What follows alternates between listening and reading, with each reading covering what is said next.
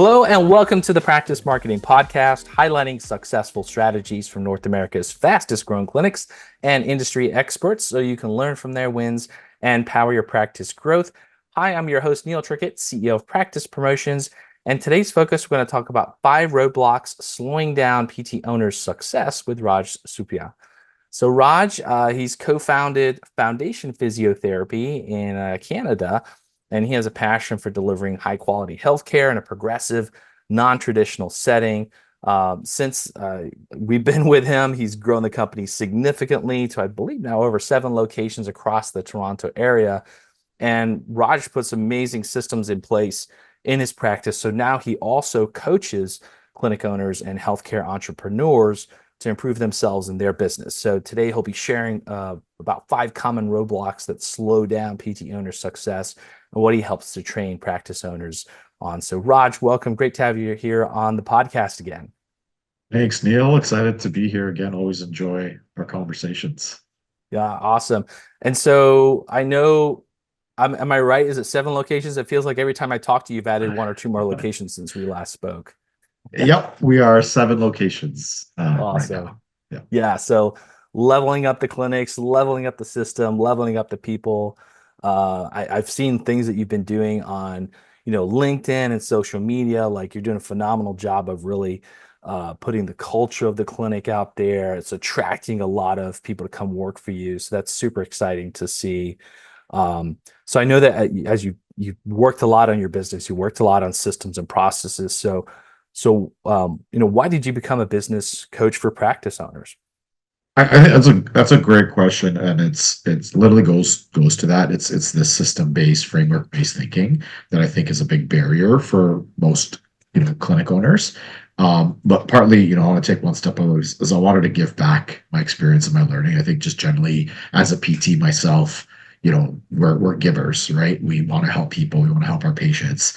And then I started mentoring my staff within my team and helping them help their patients. And then at some point, I felt like I could probably do this a little bit bigger and help my industry, help my industry be better business owners, so they can be better business owners for their staff, for their patients, right? Yeah, It's just a pay it forward type method.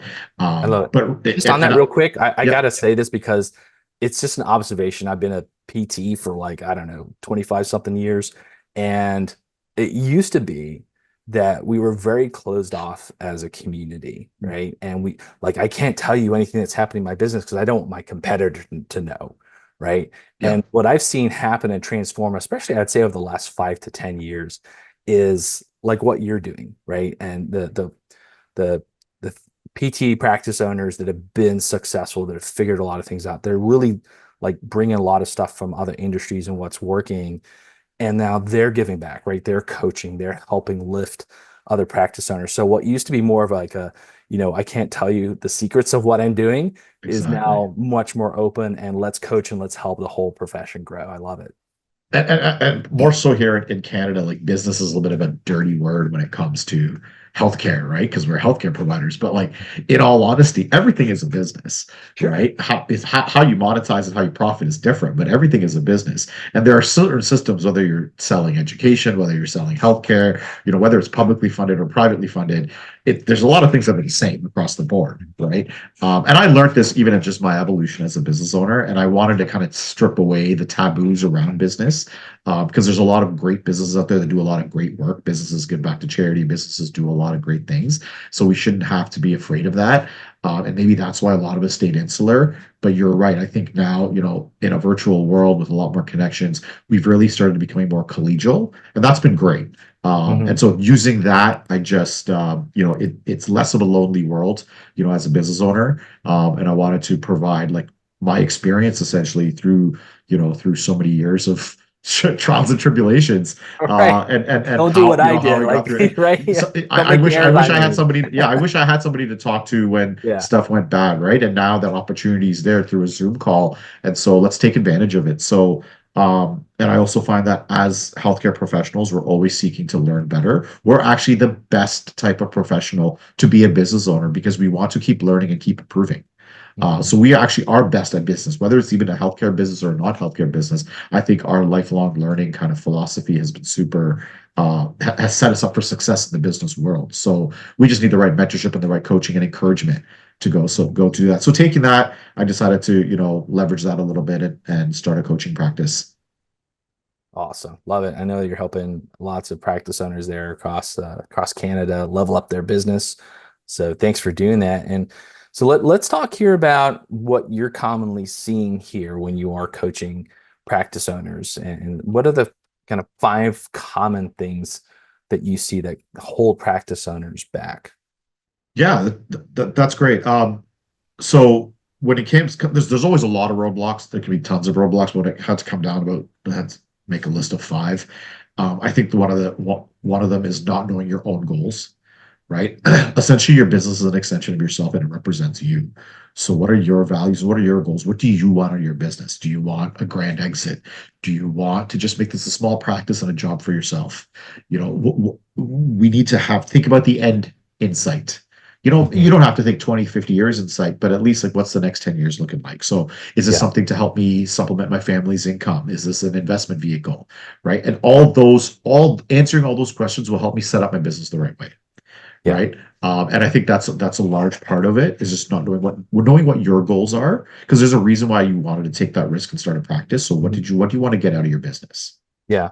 I think this is really like this happens for every entrepreneur, right? Mm, And I definitely go through this, and and I think what happens is when you start your practice, you have this like you put a lot of effort into what do I want to get out of this? Why am I doing this? Like I want to work for myself, and you have all these big own goals, but then it kind of gets lost in the day to day, right? And 100%. you get because you're handling so many fires and you're doing all these kind of things that you the business starts to run you instead of you running the business, right? And Yeah. so it is something to just once in a while like detach from the business and just kind of work on, okay, what am I trying to do here? Where are we trying to go? What do I want to achieve? And that's something I think at any phase of business has to happen, sometimes even like on a quarterly basis. So like, am I on track for what I thought about? And does it, maybe I Yeah. need to modify something? So I do that. Again, it's one of those things where I can get very caught up.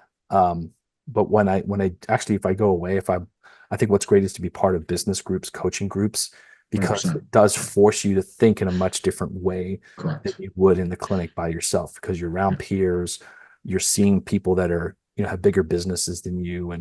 and you're thinking about, okay, what are they doing? How are they thinking? How do I get there? So you start to work on those own goals that you're talking about. Yeah, that's what humbled me too, was being in different business groups and you know, like that was a very humbling experience, like seeing people with much bigger businesses, so much more staff, and they're doing the same thing. They need to know where they're going, right? So I think the first roadblock is, well, the roadblock is not knowing your own goals. But Mhm. to get over that is to know your own goals, whether that strategy is quarterly or yearly, but always revisiting your why. Simon Sinek always says, "What's your why?" Right? Why are Yeah. you doing this? We're doing this for a reason, right? Because for a lot of people, that answer might not actually be opening a clinic, because you have to be ready for the stuff that comes with it. If reaching your goal requires a different strategy, then maybe that's what you do instead of opening a clinic, right? Because Mhm. we've seen a lot of clinic owners do that. They think opening a practice is the way to reach that goal, but unfortunately it doesn't, and then they get controlled by their business, not the other way around. And I think you're probably referring to like additional locations, right? Is that Yeah, additional Yeah, locations, because additional I've practices. seen that so many times Yeah, where unfortunately we equate success with how many locations I have. yeah, And you don't even have it rocking fully in your first location, and now you're opening a second location, and the same problems just persist, but now they get magnified. And then you try to go for a third, exactly, and like all of a sudden exactly. you're like totally cash strapped, Yeah, and you're having troubles, right? Financial troubles. Whereas yeah.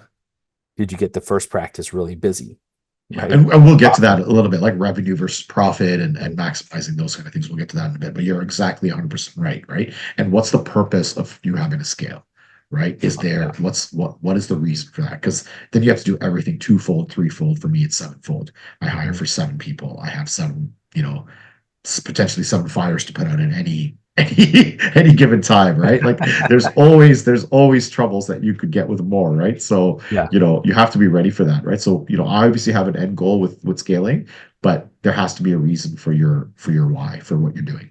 Yeah. So I totally agree. And if you're strong with your purpose and your why, and understand too, like that can actually change a little bit over time too. 100% it does. Yeah. So it's good to reevaluate that. What Yeah, works. as your family changes, things like that, Mhm. there are different things. I never knew what it was like to have teenagers, and now I have teenagers, and I realize they only have like 4 or 5 years left with them before they go off to Yeah. college. So I want to take a pause right now, right? I want to enjoy my children for the next 4 or 5 years. My business will still be there. The scale will still be there once they're in college, but I don't want to stress our family financially and through my time because I want to spend those, next 4 crucial years with my kids. So, Yeah. everyone has a different reason. Sometimes you don't know it until you're there, but the process of exploring it and Mhm. going through that reflection, I think, is what's important. Absolutely. And I think that's such a powerful thing again to you come first, right? Yeah, And the reason you have your business is to help people, but also build the life that you want. And you can easily get trapped. You think, hey, I'm going to do this, but then there's a lot that goes into it, and there are like bumps, there are plateaus. You kind of have to get over the hump to get to that next level where there is more autonomy, there's more freedom. Um, but it does take placing systems, people, yeah, processes in place to help you get there. And there's more responsibility on the other side too, right? Things can yeah, go south bigger, yeah. right? Bigger. Yeah. So you have to be okay with that, right? That Yeah, happens, right? So yeah, there's that part of it too. So I think you do have to like kind of, what's important to you, what's important yeah, to your life and where you want to go. Some people are really happy with just a super productive practice, one location that's coming along gives them a certain level of income.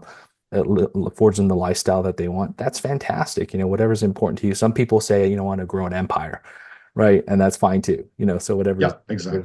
good for you. There's pros and cons with both, right? Yeah. I had a Yeah. lot of freedom when I had one practice.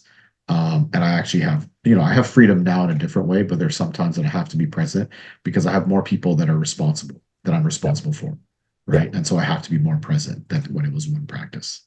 Yeah.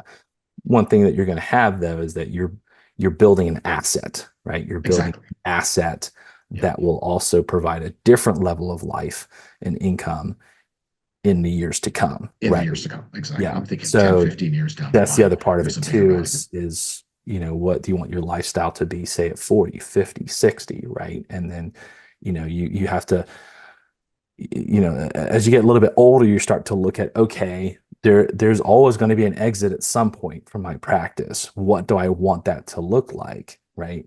And the maximum value I can get from the business is when that business runs without me, Yeah. right? And so you have to start to plan for that. So what might work great now, you're busy, but you're still very much involved in the business. That has a certain value to it, but it's less than if you actually grow the business to a certain level and it's more autonomous, right? There That you go. has Yeah. maximum value, Yeah. right? So let's talk about the next one. So that's not knowing your own goals, right? So what Yeah. what would you say is the next one of those kind of common problem? Yeah, and another big roadblock that I see that I was a big, culprit of is working in your business and not on it, right? We've talked about this before, and I think that's a very common saying. But especially as owner operators, a lot of times we start our practices and we're working in it because we're building our practices. But we also have to think about this goes back to the previous, statement. What's the next step? When am I going to start working on my business, or how often do I have to work on my business? Because I have to cater and curate. It's like watering the flowers, right, or watering the garden, right. I have to step out and take care of the garden, and I can't take care of the garden from within because I can't see everything, Mhm. right. Things are growing taller next to me. I need to Yeah, step above and look at it from the top to see what's going on, right. right. For the most part, it's playing coach or playing GM because the coach, when they're looking at their team, they can see all 5 players at the same time, whereas the Mhm. captain of the team is still on the field or on the Right. court, right. So playing coach or playing GM helps you look at the whole system and how it works. Mhm. And so I feel like one of the biggest roadblocks is we're so much inside our business. We're in our rooms with our patients. And sure, we're getting good feedback, and we might be in a mentor. We might be able to, provide some expert, advice to our staff. But are we actually looking at it from a system level? Mhm. how did that flow look? Did that customer come in? If I'm not the person here treating, was that experience a 10 out of 10? Right?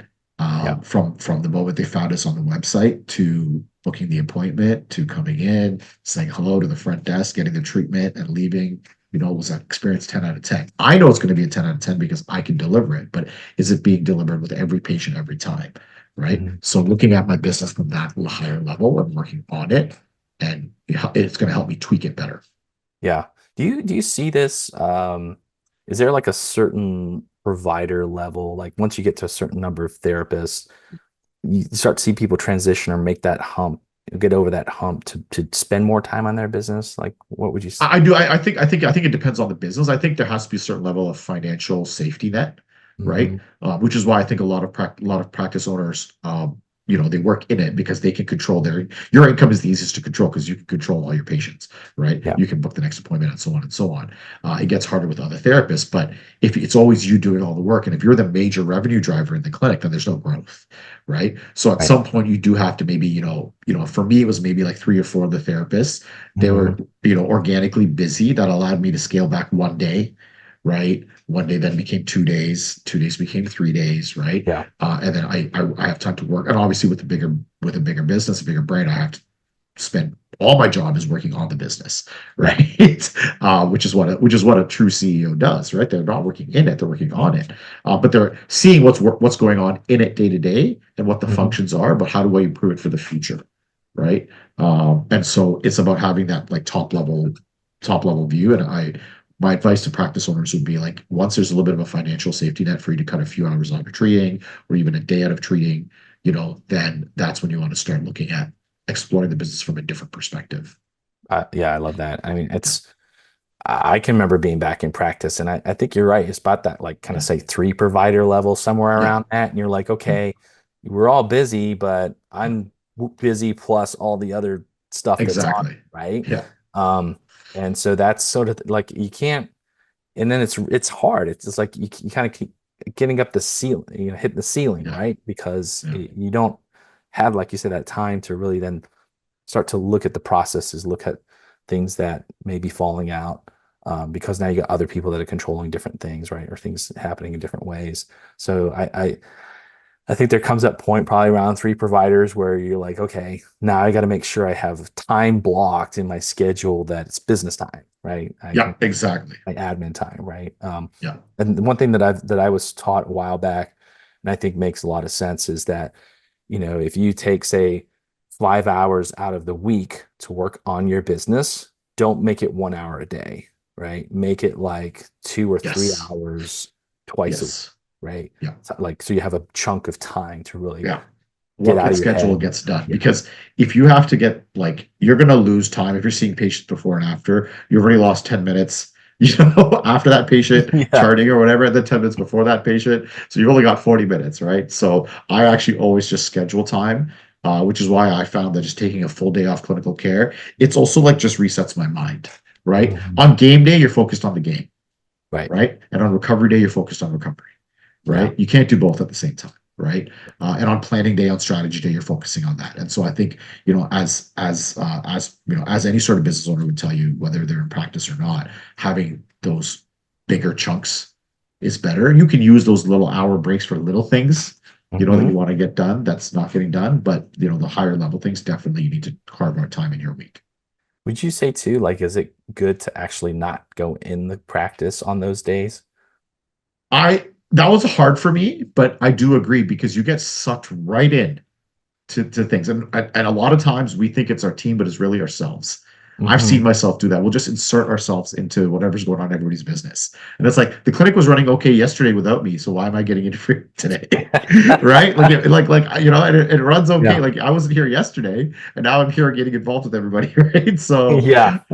it sometimes we're our own biggest barrier, right? But Hmm. yeah, yeah, like getting into the clinic and might be tough. I think you do have to play observer a few Hmm. times. You do have to observe, audit, see the flow, see what's going on. And you have to track your systems and track your metrics and make sure you're doing that. That doesn't have to happen in the clinic, Yeah. but you don't have to want to be in the clinic all the time. Sometimes the best time is spending it spending it outside the clinic, spending it in other people's businesses, observing other businesses, see how Yeah. they operate. Like when I go to a Starbucks just to sit and do work, I still observe at the experience that is happening.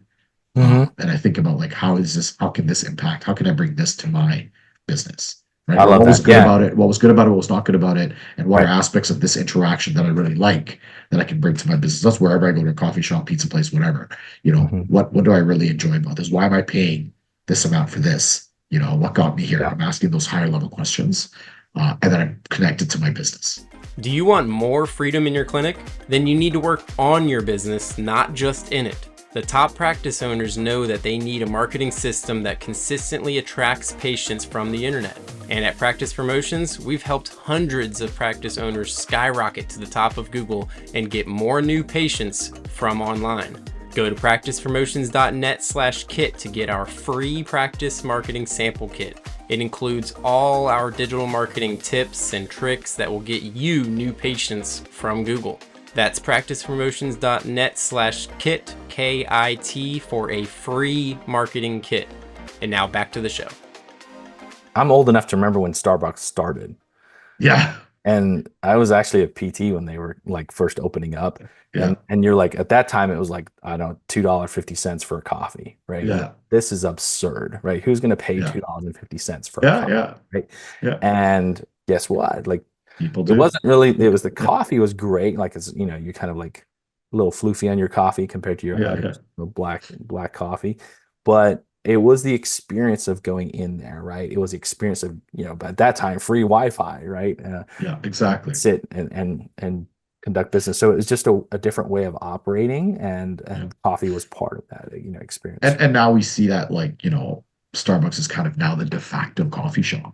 They've Hmm. kind of created a standard of experience within the coffee industry that not a lot of other people mimic, right? So Right. it takes time, but and that experience worked. And so when you follow brands like that and have experiences with brands like that or with whatever you like, I think it's really good to be able to implement those strategies into your business, and define yourself based on similar like-minded businesses in Yeah, you don't other have to reinvent industries. the wheel. You just have to see No, what others are doing, right? see what others are doing. And Yeah, it's in all honesty, like most innovation is not, it's just little tweaks on things that right. existed. Yeah, Right. exactly. And I think too, I mean, yeah, I don't know if this is something that you see, but I'd imagine like, if you can obviously have certain blocks of time in your week to be in, you're in the clinic, you're observing, you're kind of working on your admin stuff, but maybe once a month, right? Work from home, um, or work from a different place, right? So that Yeah. it can be a bit more strategic, a bit more planning. You can maybe evaluate what happened last month. Are we on track for our quarterly Yeah. goals or whatever it may Yeah. be? But I do think kind of removing yourself. And if you're in the States, know about the Augusta rule. And the Augusta rule basically says that about once a month you can charge uh, the business your rental for your Oh, house space. I like So, that. of course, consult your tax people, Yeah. but it is out there. Look up the Augusta rule because it Yeah. was named after the Masters golf tournament in the Okay. Augusta area. So people go and rent out their houses and stuff like that. But basically, you can Oh, rent out your house about once a month. I think it's 11 to times, yourself. Yeah. and pay a comparable daily rate. So just look up on, Yeah. VRBO or Airbnb, what a rental would be for a house. So maybe that's $500 a day. Yeah. But, if you did that over, say, a year, that's $6,000 tax free back to yourself, right? Yeah. So that's a little tip Yeah, there. and I think for my Canadian listeners, we have something similar post COVID. So if you are Canadian listening, it's a CRA policy. So no matter what province you're in, the T2200, because now people can work from home, and sometimes they have to use their home for office reasons. They can get Hmm. a write off on home expenses on their taxes. So you could do the same, write off your home expenses against your Yeah. business. So So that's I would the just talk to practice your accountant. marketing Yeah. podcast and the tax And a marketing tax thing, yeah. Okay, we're not accountants, podcast. but talk to your Yeah, accountant about it. exactly. And I think what's also important from that angle is being able to play strategy, being able to play coach. But I also think it's important to be able to play customer, Hmm. right? And as a business owner, we are the ones that have to define the client experience and the customer's journey to our staff, right? Our physiotherapist sees the patient when they come into the room, and our front desk sees the patient when they come say hi Hmm. and when they leave. But who's seeing the patient the whole way around? Right. right? If the patient go to the bathroom and was the way with the bathroom dirty, who's catching that, right? And how are we building systems around that? So once in a while, I think, and I think more than once in a while, it's important to play client, play customer, blind yourself to any kind of knowledge of Mhm. being a front desk or knowledge of being a therapist. And if I was your regular grade A client coming in for back pain, what does my experience look like? Yeah. Right. And sometimes that's very hard for us because we can't get into the client's shoes because we're tend to be a lot more knowledgeable than the client and we're the expert. But if we can dumb ourselves down, I hate the word dumb. If we can bring ourselves to the client level, I apologize for that word, but if we can bring ourselves to the client level, then it allows us to think more from the actual person who we're benefiting from. We Mhm. need to win that client over, right? Right. So Yeah. play That's that client, constant play the role of the perception client. shift. Yeah. Yeah, You have to constantly be working on that perception. I think, and this exactly. is a pretty famous example, but I think it was something like in the 2000s, McDonald's was pretty, like it was struggling, right? It Yeah, lost a lot of like business. Um, and what they found was that, and I think I don't know if they did surveys or whatever they did, but they found that one of the biggest reasons for them losing customers was the bathrooms. it's bathrooms. It had Yeah, nothing to do with the food, food. right? Yeah, Or the yeah, drive-through or whatever. It was the yeah, bathrooms in the yeah, facility. So they like, okay, they had like a big plan of action. They made a lot of policies around bathroom maintenance and cleaning. yeah, Guess what? Things came back to life for the company, yeah, right? So it yeah. just shows you too, like the customer experience is really key. And Huge. especially in today's market where the customer has to pay a lot more of their healthcare, you have to constantly be selling your business, right? And constantly Exactly. selling that experience. So I love what you're Yeah, saying about that, yeah, Raj. yeah. All right, so we covered two things here: not knowing your own goals, working in your business, not on it. Would you say is that third common problem? Uh, Thinking everyone works the same as you, Mm, right? You are the business owner. You're in this position for a reason. How do you motivate and manage your team to reach the outcomes that you want to reach? I am naturally going to be the hardest working clinician and going to hit those outcomes if I get into my business. I am going to answer every phone call when it rings, whether, I have to rush out of the bathroom or rush out of a treatment room to get it because I am invested in it, right? But I know not everybody works like that. Not everybody's incentivized to work like that, and that's okay. But how do I motivate my team to work that way or to work very close to that method? right. Right? Just assuming that I hire Tom to come work on my team, that Tom is going to produce the same results as me is, I'm putting a lot of blinders on myself and not giving and not allowing Tom to flourish. Yeah. I might almost be setting Tom up for failure because I don't understand Tom's experience. Right. And so now this is taking off, from the customer experience side and into the employee experience side. What are our employees experiencing? What do our employees want? And what do our employees want to do? Right. I'm okay putting in 60 hours a week, but it's my business, it's my investment vehicle. Not Yeah. Tom's. Tom wants to do 30 hours and he wants to go away for the weekends because he likes to hike. How do I build this culture that's good for Tom or whoever, Sally or Jane, right? So it's really understanding that, not everyone's going to work like you, and catering your business to, the employee. And, I think it's good to have business metrics and business standards, and Yeah. finding the right people that will thrive and work in it is also important. But just assuming that everyone's going to work like me is a big barrier. I totally agree. Yeah, And it took me a long time to learn that, right? People told me, yeah, but like, I've had to have lots of realizations around it. yeah, And it's just something, it is a tough mental shift, I think, as an owner, right? Because you you are so invested in your business, right? And yeah. it's hard for you to think of like, why aren't other people treating it the same way? Same way. Yeah, Right. yeah, But the reality is like you're so right, is that people can really love where they work, right? They yeah, can really care about the patients they treat, but they will never love your business like you love your business, yeah. right? And And that's okay. and that's okay. That's Yeah, perfectly fine. And you yeah, shouldn't expect them to, yeah, right? Because things can happen, right? yeah, They can choose to leave. You can yeah, fire them. yeah, Maybe you don't need them anymore. I mean, there's all kinds of situations yeah, where they may not be attached or their life goals yeah, change too, right? So I think it is important to, what you're saying, like really work on what's important to them, yeah, right? That aligns with the business. So yeah, it can get really nasty the other way when you put all your focus on your employees and you don't, it's all about them and not the Correct. business About the also, right? business. It has to be aligned Yeah.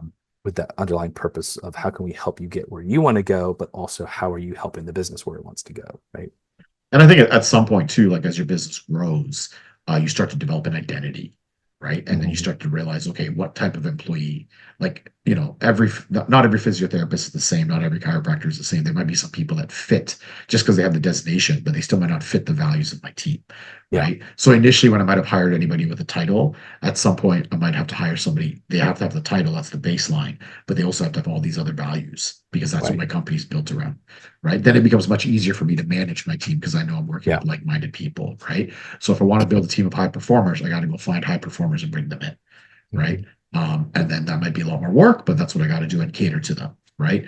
But still assuming that a high performer is going to perform the same way as me or have the same drive or same ambition and the same goal. They don't have the same goals as me, Yeah. right? So I need And to make sure that business runs for them as well.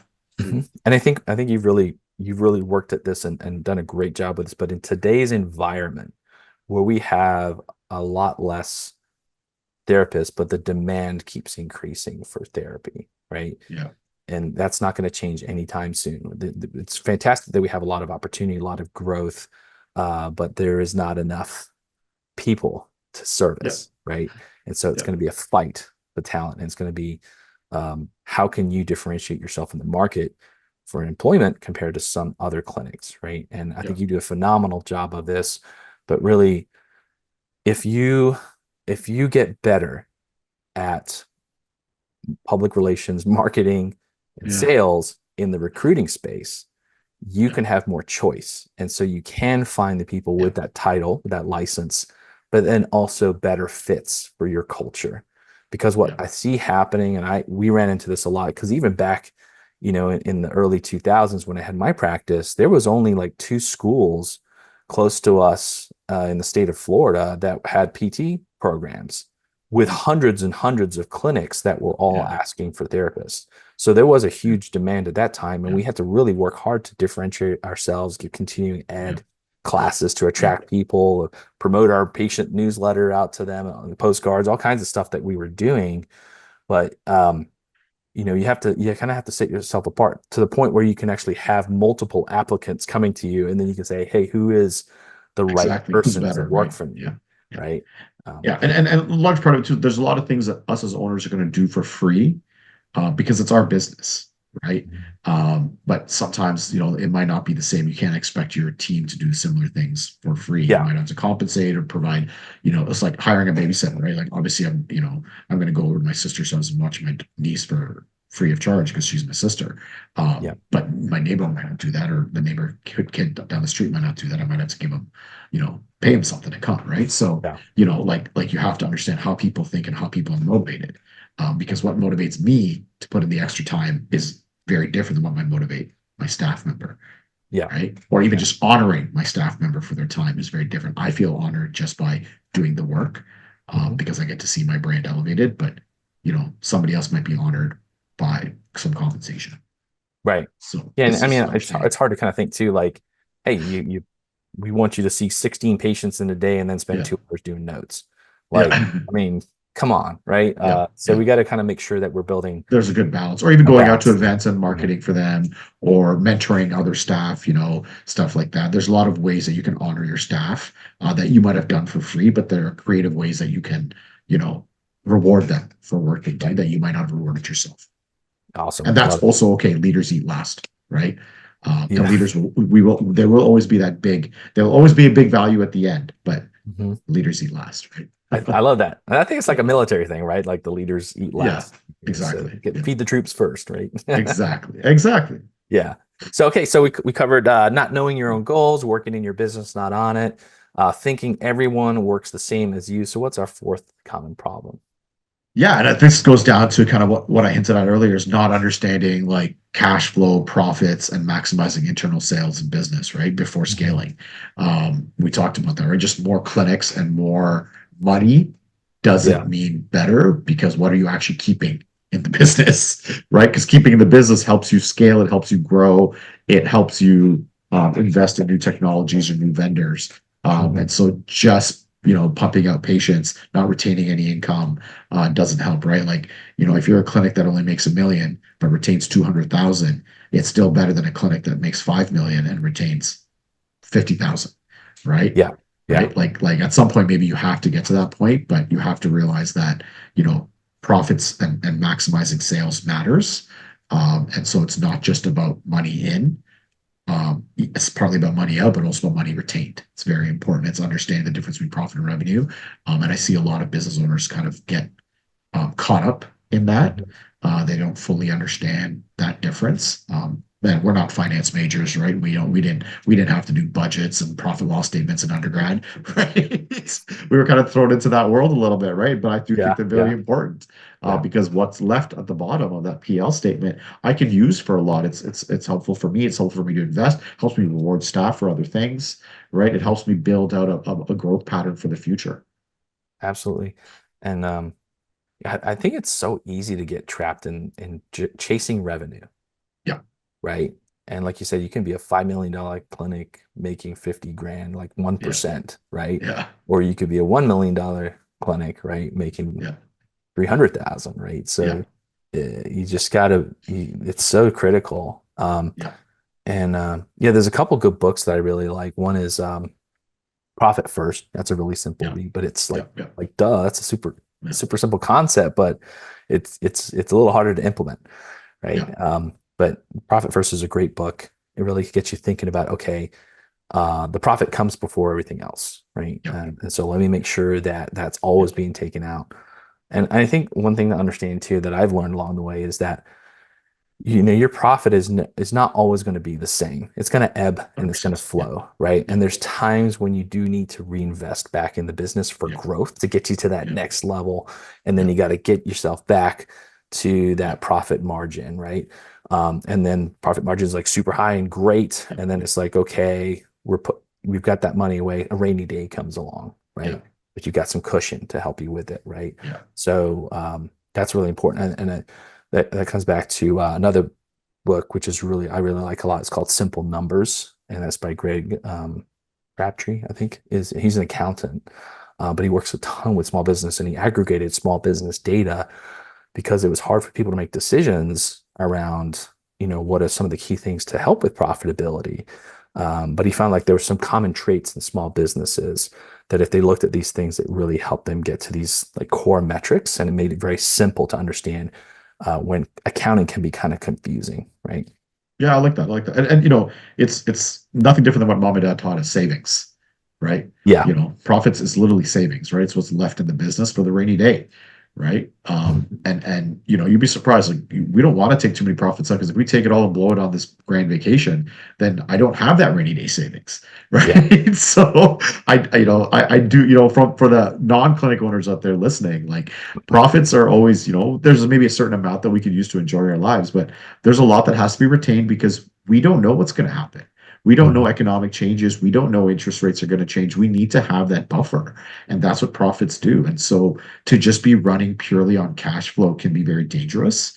And making sure that when you're taking on new business streams, you're not giving too much of it away. If it costs a ton to grab a patient or if it costs a ton to have a practitioner, but you're not making much on the other side, then you're not really netting anything for having that Mhm. person there or having that extra staff member or that extra patient in there, right? So we always have to think about like, is this stream or is this line of business or is this new practitioner that I bring on going to be profitable for me? Right. And they won't be And as profitable in the beginning, right? Because they correct. got But to is they there got a to like potential? spin up, Yeah, right? yeah, So it might take yeah. a few months to get them to that Yeah. level But where they're, having that mindset, I think, is what's yeah, important. Like you said, like profits can ebbs and flow, but just having that profitability mindset is important. yeah, It's very, very different than revenue and cash flow, right? Just having that mindset around savings and profitability and rainy day. And if at the end of it, I never have to touch it, then my business is just valued at that much more. So yeah. it's great, right? And what have you heard or say teach in terms of like an operational safety net? So like one thing I always heard, and it's in that Simple Numbers book, is really you should have 2 months of full operational cash, and you can have it in an account making interest and all that kind of stuff. Yeah, But you should yeah, have, if you have a healthy business and a good profit margin, yeah, you should have 2 months of operational Yeah. income to cover any kind of a, I agree. I would say around 3 months. yeah. Canadians are more conservative. But yeah, I would say having a good like 3 month runway, or maybe I'm just more conservative. But having a good 3 month runway, just to be able, in case all goes wrong, Yeah. and you got to pay the rent, you got to pay your staff, and you need to have at least 3 months runway, to be able Yeah. to afford that, right? Because things like we saw COVID, it Oh my happened. gosh. There Yeah. was a lot of businesses that had to pay rent and weren't making any money, right? Right. And luckily, some of us were able to get like government loans and subsidies, but not everybody can get it. Hmm. And so you have to borrow, or you don't want to be in that situation where you have to borrow and pay high interest rates and things like that. Because yeah, interest rates were low in COVID, but if you had borrowed money, your interest rates jacked up 2 years later. So like there's always good to have that runway, like you said, right? Yeah. Um, Because hopefully you never have to use it, right? yeah, But hopefully you never have to use it. we have seen that Right. situations happen, right? Yeah, And they may happen like once every 5 years, but yeah, you could be called out if you don't have yeah, that in place. And I yeah, think sometimes we can think, oh, that's a lot of money. But yeah, then you got to, like, Apple has some insane amount of cash reserves, yeah. like $1 But trillion so many or things can something happen. stupid I like had to that. fork out like $40,000 to replace an HVAC unit. Mhm. Like that just had to come out of somewhere, right? Right. Like Yeah. we had like we couldn't have our patients and staff working without proper air conditioning or heating, especially in our weather conditions. So that money had to come from somewhere. 40,000 plus tax. It's not cheap, right? So Yep. that's why you need that retained income, right? Right. I love it. Love Yeah, it. So obviously the cash flow profits, maximizing yeah, that. What's our final major common problem here that you see? you can't do it all, and so you have to outsource or invest in quality vendors for things that you don't have to do, and you Mhm. probably should not be doing. And marketing is really good. We've talked about accounting, we've talked about things like that, but I think marketing, physiotherapists, physical therapists, we're either playing CEO or practitioner. We're not marketers, right? So we should really be looking at investing in quality vendors. And this is using tips from all of our other tips, right? Yeah. Working on the business, having money, right?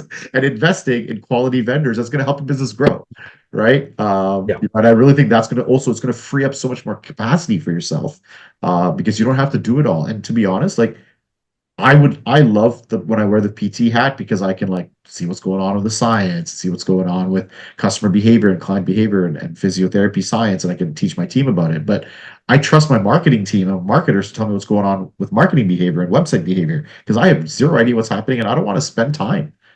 exploring and investing in that. I want to trust my marketing team and my vendors, to help me, with best practice.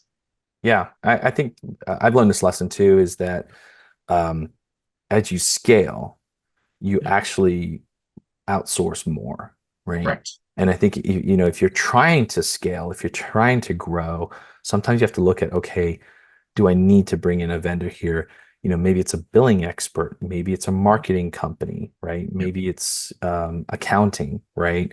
Yeah. Because you cannot be an expert in everything, and you can't expect your staff to be an expert in everything. And so we actually help a lot of clinics like Raj's and even bigger, their marketing directors, because I see it all the time is that practice owners expect their marketing directors, because they're marketing people, to have this whole knowledge of SEO, ads, Yeah. Facebook ads, Yeah. content writing. I mean, social media. Like, you cannot expect someone to do that. What you really need is someone who's an awesome project manager and can Yeah. work with outside sources and stuff, right? Exactly. But And that maybe that's the role you have on your team, is somebody who leads that project and coordinates, between the vendors and internally. But even when it comes to metrics and providing metrics, it's really good that to have that given to you, so then you can make the best decisions out of it. And I think as you outsource more and you use more vendors like yourself, like practice promotions and things like that, you actually get much better at it, at Mhm. analyzing the data that they provide you, and then using that data and making better business decisions, to the point that you Absolutely. want to keep using the vendors because they are very freeing, and then you build a really good relationship, just like a client would. We don't expect our clients to go on Google. There's a ton of YouTube videos and a ton of self-help things that they Mhm. could fix their back pain with, but we expect them to consult with us, as with PT companies, and PT likes to be their consultant, for their health, Right. because we know there's so much information out there. We can cater that and cater the knowledge for them. Just as that philosophy works, it's the same for us, right? With our business, let's use a consultant, let's use a vendor that can help us streamline that data better and kind of black out the noise. There's a lot of marketing data out there. There's a lot of marketing things, but Yeah. what's effective for us, right? For me. Awesome. Yeah, I love that. And one thing I would just say to our audience out there is that everybody and their mother's doing digital marketing today. So you do have to be a little careful with that. And one mistake I see quite commonly is that people will go with a local company because the local company knows their area, which is actually not really the right decision because you want someone who knows your business, not the area. So what an HVAC company does for marketing will be different than what a PT company does for marketing.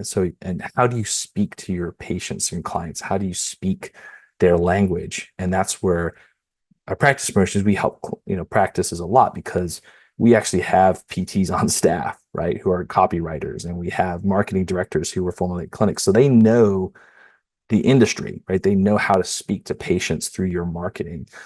So it's something you really want to look at is when you are working with vendors, do they know your niche, right? Do they have other people that they've worked with in your niche that, whether it's accounting, whether it's billing, software, tech stack, whatever you have, marketing, the more that they know your audience and the pains and problems at your clinic, the better results you're going to get out of it.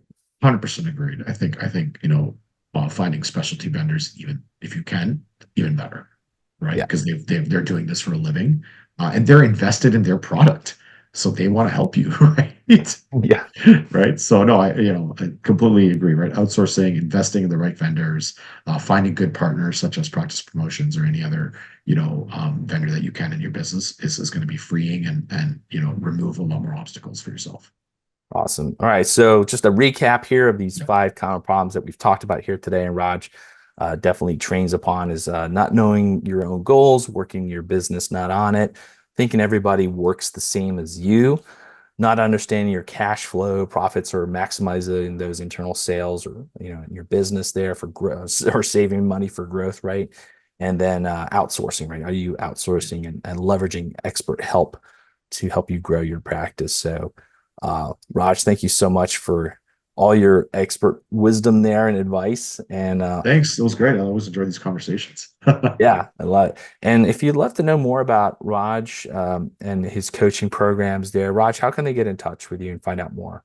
Yeah, you can always send an inquiry through my website. It's www.rajsuppiah.com, RAJSUPPIAH.com. You can also find me on LinkedIn or on Instagram. Happy to have a chat with anybody that's interested in elevating their practice and elevating themselves as a business owner and a leader. Awesome. Love it. Yeah, Raj, super smart guy. So I definitely encourage you to, I think one thing that I've always realized that I needed is someone who's better than me, right? A coach, Yeah, a mentor, someone that I can learn from, and having multiple ones. So I would definitely encourage you to, if you don't have somebody that you're working with, reach out to Raj, right? Because he can really help you think in a different way and scale your practice. awesome. So, Thanks, all right. Neil.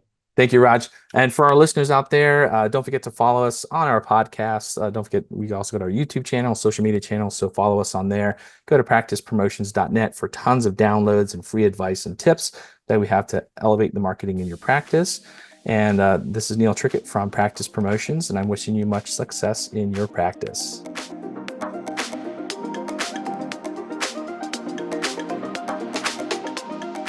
Thank you for listening to the Practice Marketing Podcast. Don't forget to get your free practice marketing sample kit at practicepromotions.net/kit. Start 2024 off the right way by building marketing systems that automatically attract new patients from online. That's practicepromotions.net/kit.